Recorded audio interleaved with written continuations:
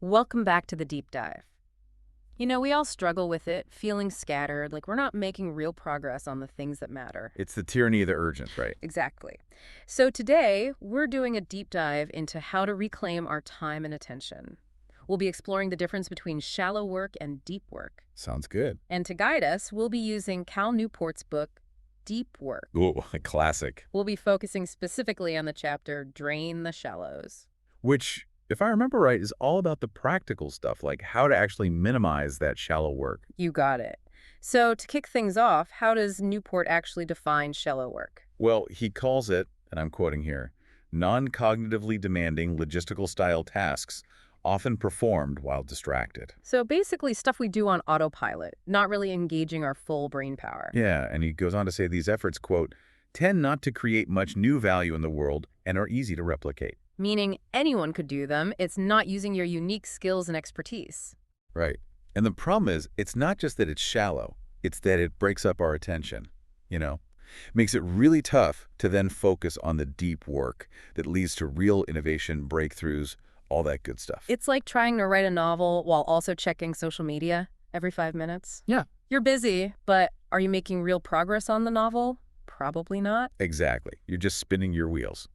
And, to really illustrate this, Newport tells this fascinating story about the software company 37 Signals. They're known as Basecamp now. I know them, yeah. So they decided to try this experiment, a 4-day work week. Whoa, that's pretty radical, especially in our always-on culture. I'm guessing most people thought productivity would tank. You'd think, right. But get this, productivity didn't go down. It actually went up. Wait, seriously? Yeah, it seems like shortening the work week forced everyone to get super focused on the deep work and cut out all the shallow stuff. So it wasn't just working less, it was working smarter. But okay, that's great for them, but most of us don't have a 4-day work week. So how do we apply this? Right, good point. But the key is that core principle, right? Intentionally reducing shallow work, even in a normal work week, can dramatically improve what you get done and the impact you have. Okay, less is more as long as it's the right less. So speaking of intentionality, Newport has this strategy, and it's kind of intense. He suggests scheduling every minute of your workday. I don't know, that sounds a little rigid to me. I get it. Sounds kind of scary, like you're tied to a timetable, but remember, it's not about being a robot following it to the second. So what is it about then? It's more about being intentional, making conscious choices with your time, like designing your ideal workday, one that matches what you want to achieve and who you are. Okay, that makes it feel a little less intimidating. So practically speaking, how would someone actually do this? Well, you could break your day into blocks, right? Assign specific activities to each block. So maybe you have dedicated time for your big projects, then a block for emails and meetings, then a break, and yeah, even time for those shallow tasks you just can't avoid. So you're consciously deciding how you'll spend your time instead of just letting the day control you, reacting to every email as it pops up. You got it. And remember, life happens. You're not locked in. Adjust as you need to throughout the day. Things come up, estimates are off. That's normal. The important thing is to stay aware of how you're using your time. Make those adjustments to stay on track. This makes me think of all those times I've gotten lost in emails or just drifted from one thing to another without really accomplishing much. It's easy to feel busy, but are we actually productive? Right. It's that sneaky thing about shallow work. It can feel productive in the moment because you're checking things off. But in the end, it often just pulls you away from the work that really makes a difference. So how do we even know what's deep work versus shallow work in our own lives? It's not always obvious. It's not. And to figure this out, Newport has this really interesting question. Oh, lay it on me. What's the question? He asks, how long would it take in months to train a smart, recent college grad with no special training in your field to complete this task? So basically, does it actually require your unique skills and expertise? Exactly. Yeah. Like he gives the example of editing a complex academic article versus creating a PowerPoint presentation. Okay, yeah, I see where you're going with this. Editing that article needs deep knowledge, expertise that takes years to develop. Right. A new grad would need months, maybe even years of training to get to that level. But the PowerPoint, while it needs some skills, a smart grad could probably learn it pretty quickly. Exactly. So the more time it would take to train someone, the more likely it's deep work. So it's not about how long the task takes you, it's about the knowledge and skill it requires. And that's important because it helps us prioritize. We can focus on the things that really use our strength. Deep work is about making the most of what makes us unique, creating something truly valuable. It's being strategic with our time and energy, not just busy. Now, we can't totally eliminate shallow work, right? There's always going to be email, meetings, stuff like that, especially in a collaborative work environment. So how do we manage that? Keep it from taking over completely? That's where Newport introduces this idea of a shallow work budget. A budget, like for our finances. Yeah, kind of. He says to set a limit, a percentage of your time you'll allow for shallow work. Could be 30%, 50%, whatever fits your job. So you decide upfront how much you'll spend on shallow work. Right.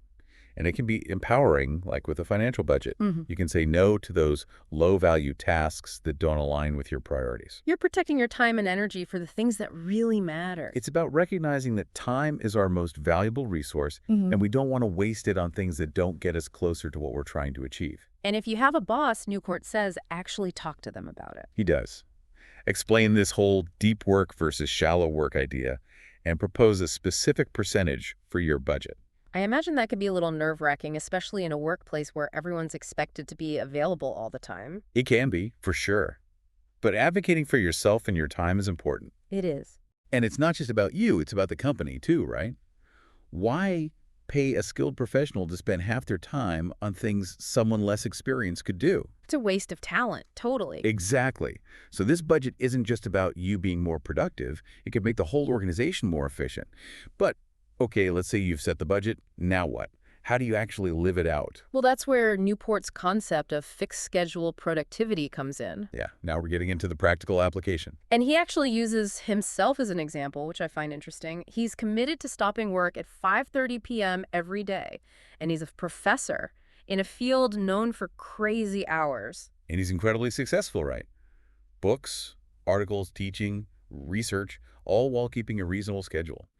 He compares himself to this fictional professor he calls Tom, who works 12-hour days and is always drowning in emails and meetings. It's amazing how two people in similar roles can have such different approaches to work. It is, isn't it? It reminds me of those studies showing that people who track their food lose more weight, even if they don't change what they're eating. Interesting comparison.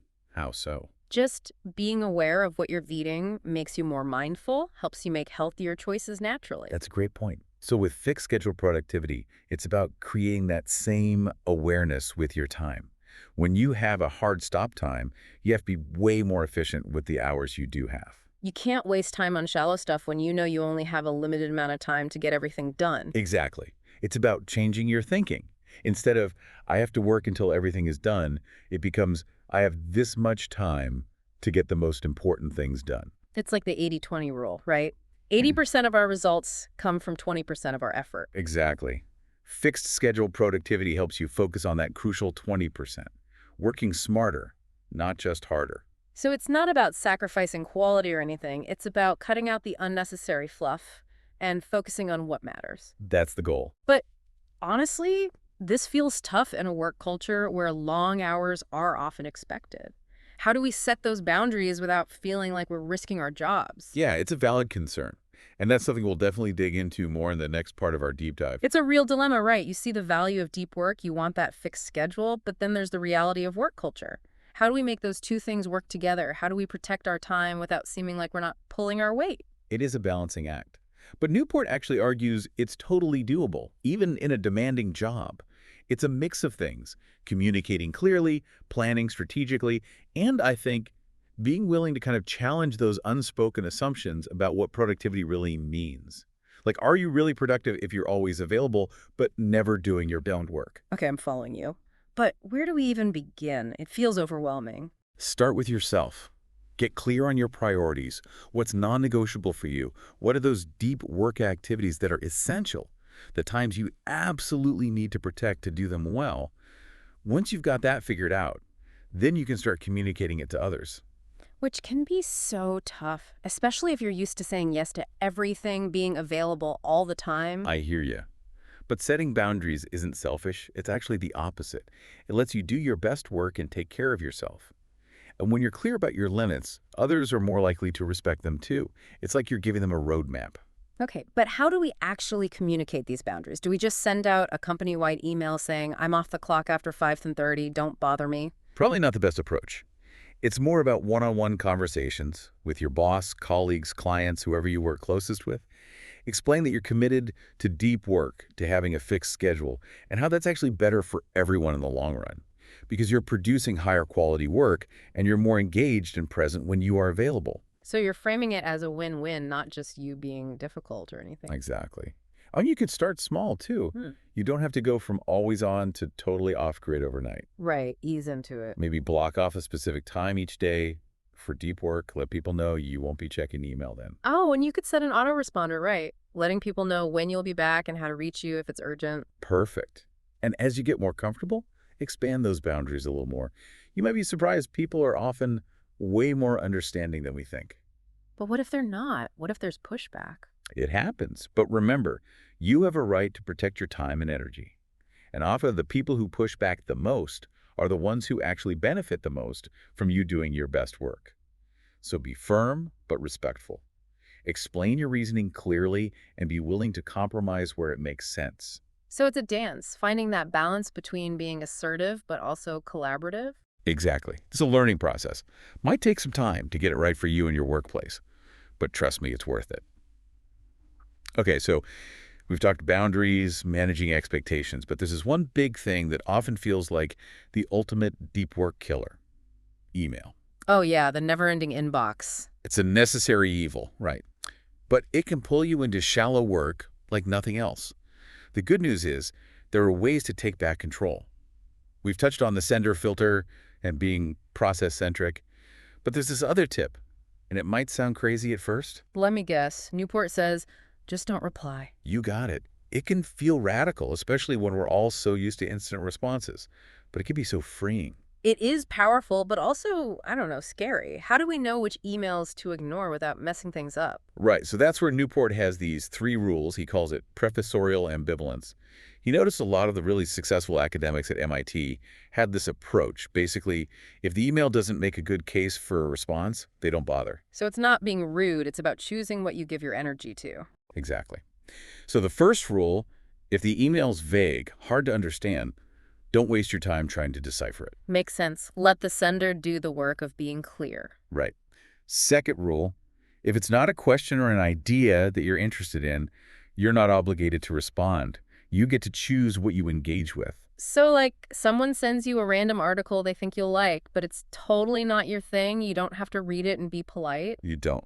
Protect your time. Focus on what matters to you. Yeah. And then the third rule, and this one is maybe the most liberating. Hit me with it. If nothing good will happen if you respond, and nothing bad will happen if you don't, just let it go. Whoa. That one's going to take some practice. Right. But it could free up so much time and mental space. Right. Is letting go of that need to respond to every single thing, even if it's just a quick thanks or got it. Those little replies add up. They do, and it creates this feeling of obligation, like you're always on call. Exactly. By letting go of that, you create space for deeper engagement with the things that matter. I can see how this would be a big mental shift for a lot of people. We're so used to feeling like we have to reply to everything. It is, but think about it. How much time and energy could you get back if you weren't tied to your inbox all the time? It's taking back control. And it's not just about productivity, it's about reducing stress, creating space for the kind of work that lets us thrive. And it sends a message, right? Mm. That our time and attention are valuable. We're not just sitting here waiting for the next email to pop up. It's about respecting ourselves. And ultimately, when we do that, others are more likely to respect us too. Love that. And I think this is a great segue into the final part of our deep dive, where we'll talk about how these ideas can not only improve our work, Yeah. but actually enhance our overall well-being and sense of purpose. You know, what's interesting to me is how all this connects to more than just work. Like, these ideas of deep work, intentional time, they seem like they could have a big impact on our well-being overall, even our sense of purpose. Oh, absolutely. When you can prioritize that deep work, minimize the distractions, you make space for the kind of thinking, the creativity, that brings real joy and fulfillment. It's not just about checking boxes. It's about doing work that matters, that feels aligned with who you are, what you value. I love that because so much of the talk about productivity is about more, faster, better. But maybe it's about less, but with more intention, more purpose. Exactly. And that's where the well-being piece comes in. When we're always bombarded with stuff, demands, distractions, it's easy to feel overwhelmed, stressed out, just drained. But when you create space for deep work, you're also creating space for rest, for reflection, for connection, all those things we need to be healthy mentally, emotionally, physically. So it's not just about crushing it at work, it's about creating a better, more balanced life overall. Yes, and reclaiming your time and attention for what truly matters, whether that's family, hobbies, or even just being present in the moment without your mind racing. This has been such a great deep dive. We've covered so much, from what deep work even is to how to actually make it happen in our lives. What's been resonating most with you from all this? Hmm. For me, it's the power of being intentional. Like so much of our day can just get hijacked by urgent but unimportant stuff. But when we consciously choose how we spend our time, we take back that control. We can focus on what matters. It's about designing our days, our work, our lives on purpose. I love that. Going from reactive to proactive. Instead of being driven by what everyone else wants, we're guided by our own inner compass, and that can change everything. It really can. And it's a journey, right? We're not going to be perfect at this. Some days the shallows will win. But it's about coming back to these principles, refining our strategies, and working towards a life, work, and otherwise that feels both productive and truly fulfilling. So for everyone listening, as we wrap up this deep dive, a few key takeaways to keep in mind. First, remember that distinction, deep work versus shallow work. Deep work uses your unique skills, creates real value. Shallow work, anyone could do it. Be mindful of where your time and energy are going. Second, be intentional with your time. Schedule your day, set those limits on the shallow stuff, and create those habits, routines that support deep work. Maybe that's blocking time on your calendar, turning off notifications, or finding a quiet spot where you can really focus. And third, be ruthless with that inbox. Use those sender filters, write those process-centered replies, and don't be afraid to just ignore the emails that don't deserve your attention. You're taking back control of your digital life. Exactly. And remember, it's not about perfection, it's about progress. Start small, experiment, find what works for you, and just keep getting better at it over time. And you're not alone on this. There are so many people who are embracing these ideas, trying to reclaim their time and focus. Connect with them, share your struggles, your wins, support each other. We live in a world that's constantly trying to grab our attention, but we don't have to let it. We get to choose what we focus on, how we spend our time. So go out there, reclaim your time, dive deep, and create something meaningful and make a difference. Here's a thought.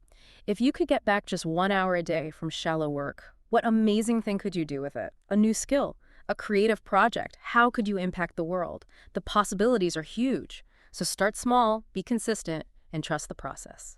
Thanks for joining us on The Deep Dive. Until next time, happy diving.